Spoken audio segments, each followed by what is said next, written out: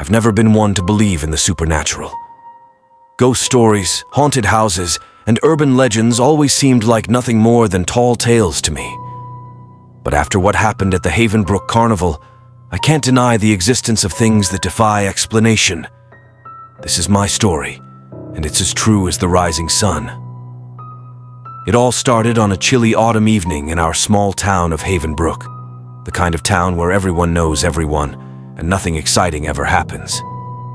That's why, when the carnival rolled into town, it was the talk of the community. Brightly colored posters went up overnight, promising thrills, chills, and fun for all ages. My friends and I, Alex, Ben, Carla, and Dana, were eager for a break from our mundane routines. Little did we know, our night of fun was about to turn into a living nightmare. The four of us had grown up together, our lives intertwined by years of shared experiences. We were practically inseparable, always looking out for each other. So when Carla suggested we check out the carnival, we all jumped at the chance. We were ready for cotton candy, exhilarating rides, and maybe even winning a few prizes. Instead, we found ourselves trapped in a web of darkness that nearly consumed us. I remember the excitement in the air as we approached the carnival gates. The lights were dazzling, the music infectious, and the smell of fried food irresistible. It was like stepping into another world, one filled with wonder and magic. But from the moment we handed over our tickets and crossed the threshold, I felt an unease settle over me. At first, I dismissed it as nerves, but soon enough, I realized there was something deeply wrong with this place. It's taken me a long time to come to terms with what happened that night.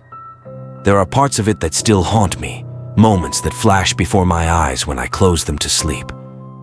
But I need to share our story, to warn others about the lurking shadows that almost claimed our souls. Maybe, just maybe, our tale will prevent someone else from making the same mistake. What follows is a recounting of that fateful night.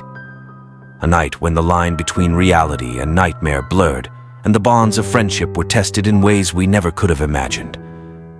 I can only hope that by telling our story, I can bring some sense of closure to the ordeal that changed our lives forever.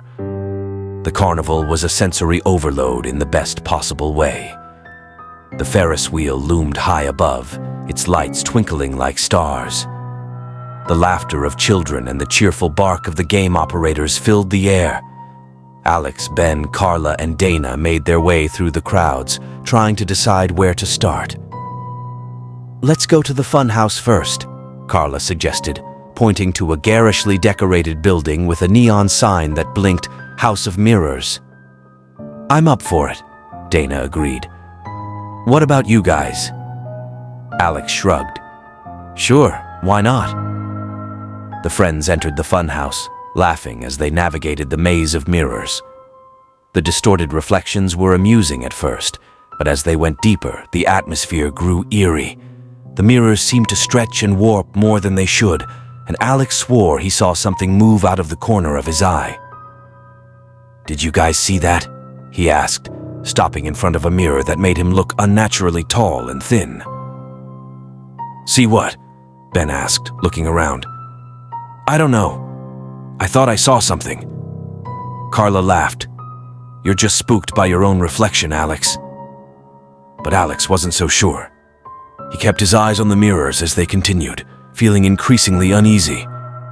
Finally, they reached the end of the funhouse and stepped back into the fresh air, relieved to be out of the disorienting maze. Next, they headed to the maze of mirrors. This time, the experience was more unsettling. The reflections twisted and turned in ways that defied logic. Alex couldn't shake the feeling that there were more figures in the mirrors than just their own reflections. "I don't like this," Dana said, her voice trembling. "Let's just get through it," Ben replied, trying to sound braver than he felt. They pressed on, the maze seeming to go on forever. Shadows flickered at the edges of their vision, and the laughter that had once been comforting now sounded sinister. When they finally emerged, they were all on edge. "Let's do something less creepy," Carla suggested. "How about the Ferris wheel?" The others agreed, eager for a break from the unnerving experiences. They boarded the Ferris wheel, hoping the gentle ride and beautiful view would calm their nerves. But as they reached the top, Alex looked down and saw something that made his blood run cold. From the top of the Ferris wheel, Alex had a perfect view of the carnival. He scanned the grounds, trying to shake off the lingering unease. That's when he saw it. Shadows that didn't belong. They moved independently of any source of light, creeping along the edges of the tents and stalls.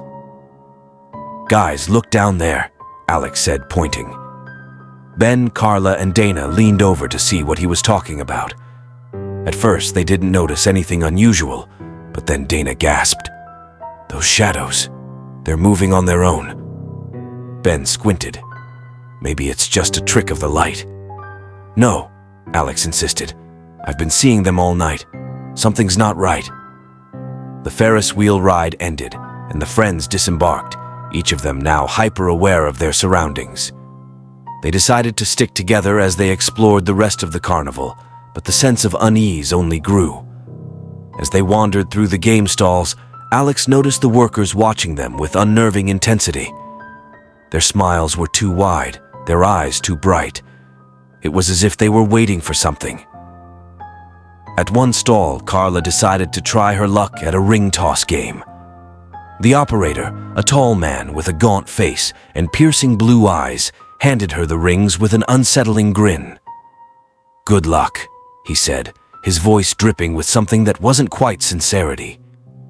Carla managed to win a small stuffed animal, but as she took it from the operator, his hand lingered on hers a moment too long. She pulled away, feeling a chill run down her spine. "Let's keep moving," she said, not wanting to stay near the man any longer. They moved on to the food stalls, hoping that some comfort food would ease their anxiety.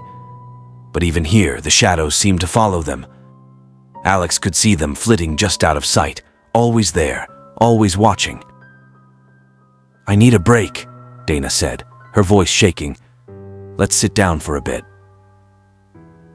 They found a bench near the edge of the carnival, away from the crowds.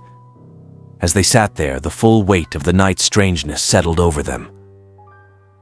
"What do you think is going on?" Ben asked, looking around nervously. "I don't know," Alex replied. "But I don't think we're safe here." Carla hugged the stuffed animal to her chest. "Maybe we should leave." But as they stood to go, they realized that the exit was no longer where they remembered it. The path they had taken in was now a wall of tents and attractions that seemed to have shifted while they weren't looking. "We're trapped," Dana whispered, her face pale with fear. Determined to find a way out, the friends ventured deeper into the carnival, hoping to find another exit. As they walked, they noticed the atmosphere growing darker and more oppressive. The once cheerful music now sounded distorted and eerie. They stumbled upon a fortune-teller's tent, its entrance draped with heavy velvet curtains. Desperate for answers, they decided to enter. Inside, the tent was dimly lit by flickering candles, and the air was thick with the scent of incense. An old woman sat behind a small table, her eyes cloudy and distant. She beckoned them to sit. "Welcome, seekers of truth," she said in a voice that was both soothing and chilling. "What brings you to my tent on this night of shadows?" "We're looking for a way out," Alex explained. "This carnival, something's not right." The fortune-teller nodded slowly. "The Carnival of Shadows has many secrets. It feeds on the fear and despair of those who enter." "What do you mean?" Carla asked, clutching her prize tightly. "The shadows you see are not mere tricks of the light. They are the souls of those who have been trapped here over the years, cursed to wander the carnival forever." Dana's eyes widened. "How do we escape?" The fortune-teller leaned forward, her gaze intense. "To escape, you must face the darkness within yourselves. Only then will you find the true path to freedom." Before they could ask more, the candles flickered and went out, plunging the tent into darkness. When the light returned, the fortune-teller was gone, leaving only her words echoing in their minds. Feeling more determined but also more afraid, the friends continued their search. They encountered more shadows, each one more menacing than the last. Alex felt a cold hand brush against his arm, and when he turned, there was no one there. They stumbled upon a small hidden room filled with old photographs and newspaper clippings. As they examined the articles, they realized the full extent of the carnival's dark history. Dozens of people had disappeared over the years, their faces now staring back at them from the faded photographs. "Look at this," Ben said, holding up a photo. "These people, they're the same ones we saw working the carnival tonight." "That's impossible," Dana whispered. "Those photos are decades old." "The carnival is a trap," Alex said, his voice grim. "It lures people in and takes their souls." They had to find a way to break the curse and escape, but time was running out.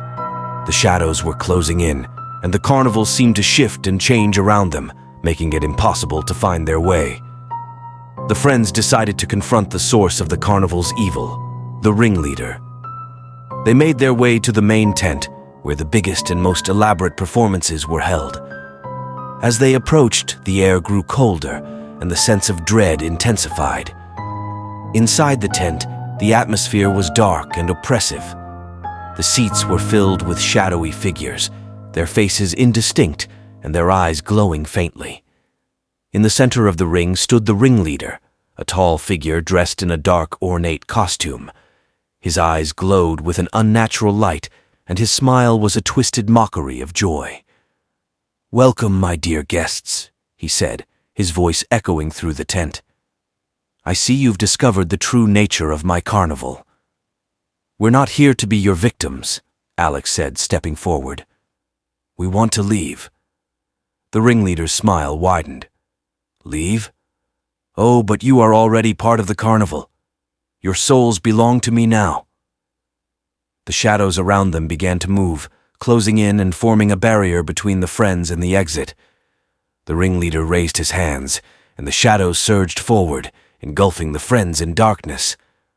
One by one they were separated, each facing their own personal horrors. Alex found himself in a maze of mirrors once again, but this time the reflections were twisted and grotesque. They taunted him, showing his deepest fears and insecurities. Ben was trapped in the maze, the walls closing in on him as shadowy figures whispered his darkest secrets. He could feel their cold breath on his neck, their hands reaching out to drag him into the darkness.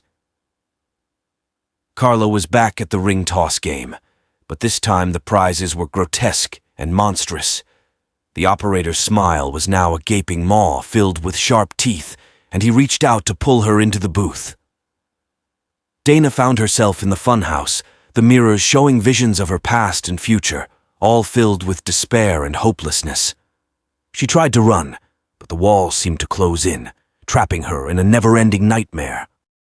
Despite the overwhelming fear, the friends fought back. Alex smashed through the mirrors, refusing to be trapped by his own fears. Ben faced the shadowy figures, confronting the secrets they whispered and reclaiming his strength. Carla tore herself away from the monstrous operator, her determination stronger than her fear. Dana broke through the walls of the funhouse, her will to survive overpowering the visions of despair.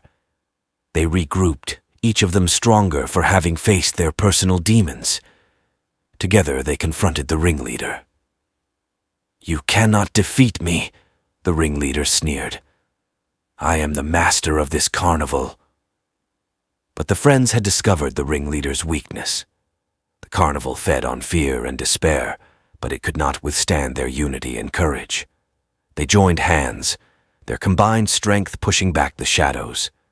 The ringleader's smile faltered as the shadows began to dissolve. "No, this cannot be." With a final surge of determination, the friends shattered the barrier of shadows, the tent collapsing around them.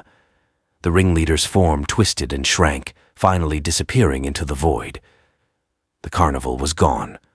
The bright lights, the twisted attractions, and the shadowy figures all vanished, leaving the friends standing in an empty field. The dawn was breaking, the first light of morning chasing away the remnants of darkness. They were safe, but forever changed by their experience. The town of Havenbrook would never know the full extent of what had happened that night, but the friends carried the memory with them, a bond forged in the crucible of fear and courage. Alex looked at his friends, their faces reflecting the same mix of relief and determination. "We made it," he said, his voice filled with a quiet strength. "Yeah," Ben agreed, "but we need to make sure this never happens again." Carla nodded. "We need to warn people, to tell them the truth about the Carnival of Shadows." Dana looked back at the empty field, her eyes haunted but resolute. "We survived, and we won't let anyone else fall into the same trap." As they walked back to the town, the first rays of sunlight illuminating their path, they knew their lives would never be the same. They had faced the lurking shadows and emerged victorious, forever bound by the night they fought their darkest fears and won. I've always been a skeptic, never one to buy into ghost stories or paranormal nonsense, but after what I experienced at the old carnival grounds on the outskirts of town, I can't deny the existence of the inexplicable. This is my story, a true account of the night I came face to face with the haunted past of a place long forgotten by time. My name is Emily Davis, and I'm a journalist. My job often takes me to unusual places, and I pride myself on uncovering hidden truths and forgotten histories. So, when I stumbled across a dusty old newspaper clipping about a series of mysterious disappearances at a local carnival back in the 1970s, my curiosity was piqued. The article mentioned a tragic accident involving a child on a carousel and how the carnival abruptly closed down afterward. The story was ripe for investigation, and I couldn't resist the lure of a good mystery. It was late October, the perfect time for a ghost story, and the perfect excuse to visit the abandoned carnival. The grounds were located just outside the town of Glenwood, a sleepy place where everyone knew everyone else's business. The locals had plenty of rumors about the old carnival, but few facts. Some said it was cursed, others whispered about the spirits of the children who had vanished. I dismissed these tales as small-town superstition, but I was determined to uncover the truth. The day I decided to visit the carnival was overcast, with thick clouds hanging low in the sky, promising rain. Armed with my camera, a flashlight, and my trusty notebook, I set off for the old carnival grounds. As I drove down the winding country roads, a sense of anticipation mixed with a twinge of apprehension settled over me. I told myself it was just the thrill of the investigation, but deep down, I felt an inexplicable chill. When I finally arrived, the sight before me was both sad and eerie. The once vibrant carnival was now a ghostly relic of the past. Rusting rides stood silently, their bright paint faded and peeling. Weeds had overtaken the pathways, and the only sounds were the rustling of leaves and the distant calls of birds. It was a place frozen in time, forgotten by the world, but not by whatever haunted its shadows. As I stepped out of my car and onto the overgrown grounds, I felt a shiver run down my spine. This place had a story to tell, and I was here to uncover it. Little did I know, the truth was far more terrifying than any fiction I could have imagined. This is the account of that night, a journey into the heart of a haunted carnival and the secrets it held. It's a tale of tragedy, vengeance, and the restless spirits that refuse to move on. I share it now in the hope that it will bring some peace to those who lost loved ones here, and as a warning to those who might be tempted to explore the haunted places of the world. What follows is my true story of the haunted carousel. The first thing I noticed as I stepped onto the grounds was the oppressive silence. It was as if the very air was holding its breath, waiting for something to happen. The towering Ferris wheel loomed in the distance, its skeletal frame casting long shadows over the desolate landscape. I took a deep breath and started walking, my footsteps crunching on the gravel path. The main attractions of the carnival were eerily preserved, almost as if they were waiting for the next group of thrill-seekers to arrive. I walked past a row of game stalls, their colorful banners now faded and tattered. The smell of decay hung in the air, mingling with the faint scent of candy and popcorn that seemed to linger from years past. I pulled out my camera and began taking pictures, documenting the eerie beauty of the abandoned carnival. Each snap of the shutter felt like a disruption in the silence, echoing through the empty space. As I moved deeper into the grounds, I felt the temperature drop, a coldness that seeped into my bones. I reached the centerpiece of the carnival, the old carousel. It stood in the center of a circular clearing, its once bright horses now faded and chipped. The canopy above them was torn and sagging, but the intricate details of the ride were still visible. It was easy to imagine the laughter and joy that once filled this place, now replaced by an overwhelming sense of sadness. I approached the carousel cautiously, my flashlight cutting through the growing gloom. I reached out to touch one of the horses, its surface cold and smooth despite the years of neglect. Suddenly, the carousel creaked, and I jumped back, my heart racing. But it was just the wind, I told myself, just the wind moving the old machinery. As I circled the carousel, I noticed something strange. There was a small locked box beneath one of the benches. My curiosity got the better of me, and I knelt down to inspect it. It was old and rusted, the lock brittle and easily broken. Inside, I found an old journal, its pages yellowed with age. I opened the journal carefully, the pages crackling under my fingertips. The handwriting was neat but faded, and the entries dated back to the 1970s. As I read, I realized it belonged to one of the carnival workers, a man named Samuel. His entry spoke of the joy of working at the carnival, but also of a deep, growing unease. Samuel wrote about the carousel, how it seemed to have a life of its own. He mentioned the tragic accident that took the life of a young girl named Lily, and how the carnival never recovered from the loss. The final entries were frantic, filled with fear and desperation. Samuel wrote of seeing Lily's ghost on the carousel, her eyes filled with sadness, and how others had started to see her too. As I read the final entry, a cold wind blew through the clearing, rustling the pages. I looked up, and for a moment, I thought I saw a figure standing by the carousel, a young girl in a white dress, her eyes filled with sorrow. I blinked, and she was gone, but the feeling of being watched remained. I closed the journal and stood up, my heart pounding. I had come here to uncover a story, but it seemed I had found more than I bargained for. The air felt charged with electricity, and I knew I wasn't alone. The spirits of the past were still here, and they had a story to tell. Determined to uncover more about the haunted carousel, I continued my exploration, guided by the journal's entries. Samuel had mentioned a small shed near the carousel where the workers used to store maintenance equipment. I decided to check it out, hoping to find more clues. The shed was not far, hidden behind overgrown bushes. Its door was slightly ajar, creaking loudly as I pushed it open. Inside, the shed was dark and musty, filled with old tools and rusting machinery.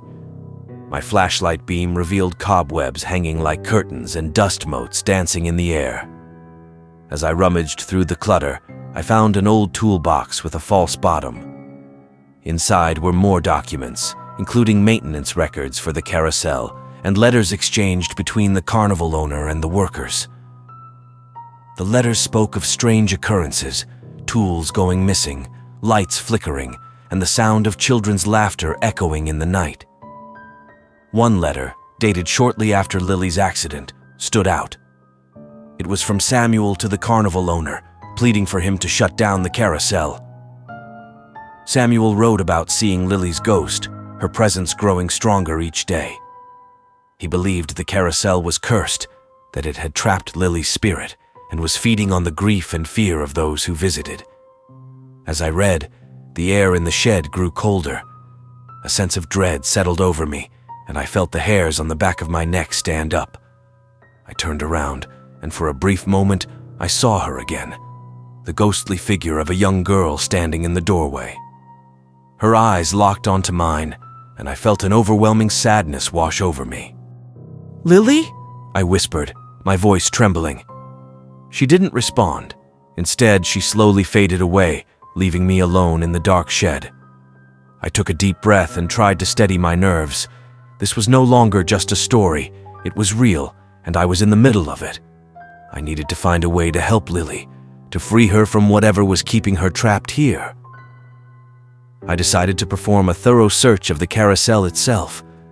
As I approached, the night seemed to grow darker, and the once cheerful carnival music now sounded distorted and eerie. The carousel creaked and groaned as I climbed onto it, my flashlight flickering as if struggling to stay lit. I began examining each horse, looking for any clues that might explain the haunting. As I reached the center of the carousel, I noticed something carved into the wooden floorboards. It was a series of symbols and words, almost like a ritualistic inscription. The realization hit me. This was some kind of binding spell, meant to trap Lily's spirit. Armed with this new information, I knew what I had to do. I needed to break the spell and release Lily. But as I prepared to do so, the shadows around me began to move, and the air grew thick with a malevolent presence.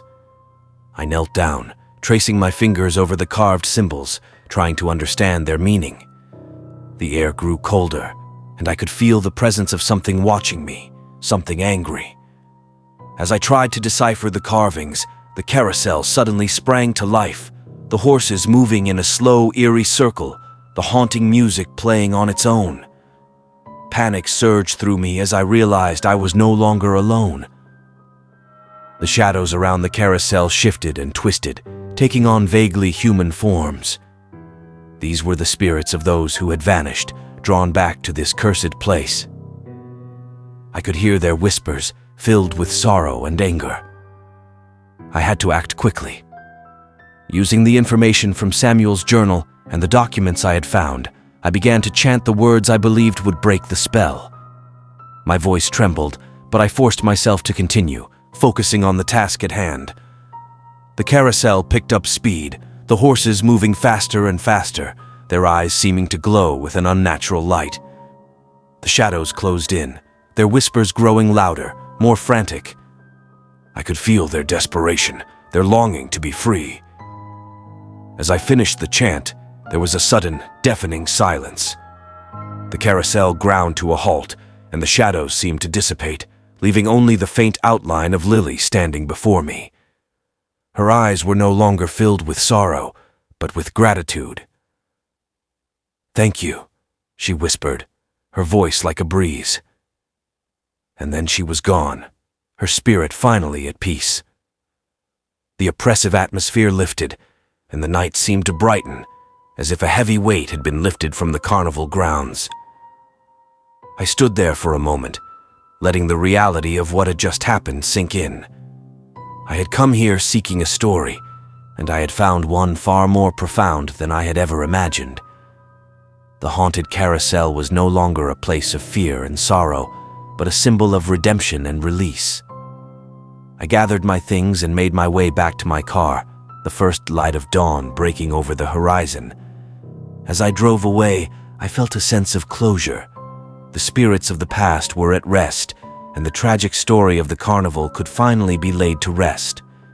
Back in Glenwood, I shared my findings with the local historical society, ensuring that the true story of the haunted carousel would be preserved for future generations. The town agreed to place a memorial at the old carnival grounds, honoring those who had been lost and the bravery of those who had tried to save them. My encounter with the haunted carousel changed me. It opened my eyes to the mysteries and unseen forces that exist in our world. I can no longer dismiss ghost stories and paranormal encounters as mere fiction, for I have seen the truth with my own eyes. This is my true story of the haunted carousel, a tale of tragedy, courage, and the enduring power of the human spirit. I share it in the hope that it will bring peace to those who still mourn and serve as a warning to those who seek to uncover the secrets of the past. Sometimes the truth is more terrifying than any fiction.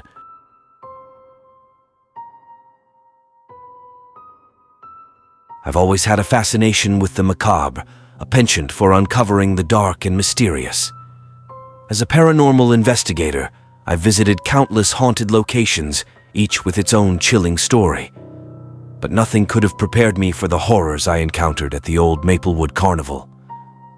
This is my story, a true account of a nightmarish experience that has haunted me ever since. My name is Jack Collins, and I've spent the last decade chasing ghosts and documenting the supernatural. When I first heard about the Maplewood Carnival, I thought it was just another ghost story, a relic from the past, abandoned and forgotten, with whispers of unexplained phenomena. But the tales surrounding this carnival were different. They spoke of a malevolent presence, of a clown named Mr. Giggles who had gone mad and brought terror to the town before the carnival abruptly shut down in the 1950s.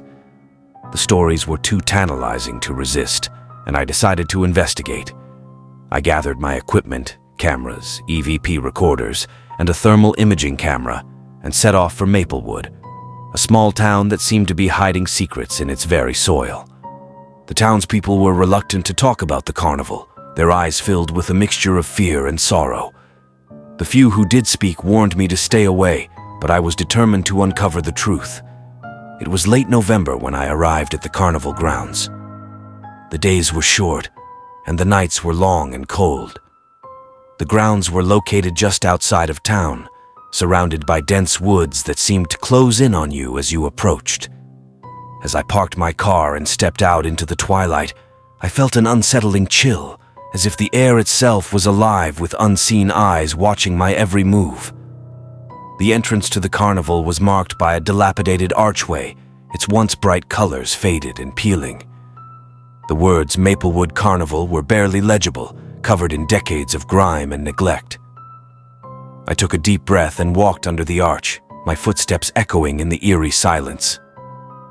This is the story of what I found there, a tale of madness, terror, and the lingering presence of a clown who refused to let go. It is a true account of the night I faced Mr. Giggles and barely escaped with my sanity. The carnival grounds were a ghostly sight, with rusting rides and tattered tents standing like skeletal remnants of a once thriving attraction. The Ferris wheel loomed in the distance, its creaking metal frame swaying slightly in the breeze. The merry-go-round was frozen in time, its painted horses chipped and weathered. The air was thick with the scent of decay and something else, something foul and unsettling. I set up my equipment near the center of the carnival, where a large striped tent still stood, its fabric flapping in the wind. This had been the main attraction, the big top, where Mr. Giggles had performed his infamous acts. The locals spoke of him as if he were a demon, a man driven to madness by the dark forces he had conjured. They said his laughter could still be heard at night, echoing through the empty grounds. As night fell, the temperature dropped sharply. I turned on my cameras and started recording, my flashlight cutting through the darkness. The silence was oppressive, broken only by the occasional rustle of leaves and the distant hoot of an owl. I began my investigation by exploring the big top, its entrance hanging open like a gaping mouth. Inside, the tent was filled with old props and decaying equipment. The stands where the audience once sat were covered in a thick layer of dust. In the center of the ring was a small stage, and on it sat a single dusty clown hat. The sight of it sent a shiver down my spine. I started asking questions, hoping to capture some EVP, electronic voice phenomena. "Is anyone here? Can you hear me? What happened to Mr. Giggles?" For a while, there was nothing but silence. Then, faintly, I heard it. A low, sinister chuckle. It was barely audible, but it sent a jolt of fear through me. I played back the recording, and there it was again, clearer this time. A laugh, deep and menacing, as if coming from the depths of the tent. Determined to find more evidence, I moved to the old clown tent, where Mr. Giggles had prepared for his performances. The air inside was even colder, and I felt an overwhelming sense of dread. The tent was filled with old costumes and makeup, all covered in a thick layer of dust. In the corner, I saw a cracked mirror with a small stool in front of it. As I approached, I felt a sudden chill, and the mirror fogged up, as if someone had breathed on it. I took out my thermal imaging camera and scanned the room. To my shock, I saw a faint, human-shaped figure standing behind me in the reflection. I spun around, but there was no one there. The figure on the camera had vanished. My heart pounded in my chest as I tried to make sense of what I had seen. Suddenly, I heard a noise outside the tent, a soft, rhythmic squeaking. I stepped outside and saw the Ferris wheel moving, its rusted gears groaning in protest. There was no wind strong enough to move it. I aimed my flashlight at the wheel and saw a figure sitting in one of the seats. It was a clown, dressed in tattered clothes, with a face painted in a grotesque grin. I blinked, and the figure was gone. The Ferris wheel came to a stop, and the silence returned heavier than before. My breath was visible in the cold night air, and I felt a deep, bone-chilling fear. I knew then that Mr. Giggles was not just a legend. His spirit was still here, bound to the carnival by some dark force. Determined to confront whatever was haunting the grounds, I made my way to the old funhouse. The building was a twisted maze of mirrors and narrow corridors, designed to disorient and confuse. As I stepped inside, the door slammed shut behind me, plunging me into darkness. I turned on my flashlight and started navigating the maze, the mirrors reflecting my every move. The air inside was thick and musty, and every step echoed through the empty halls. As I rounded a corner, I saw something that made my blood run cold, a message scrawled on one of the mirrors in red paint. "Welcome back."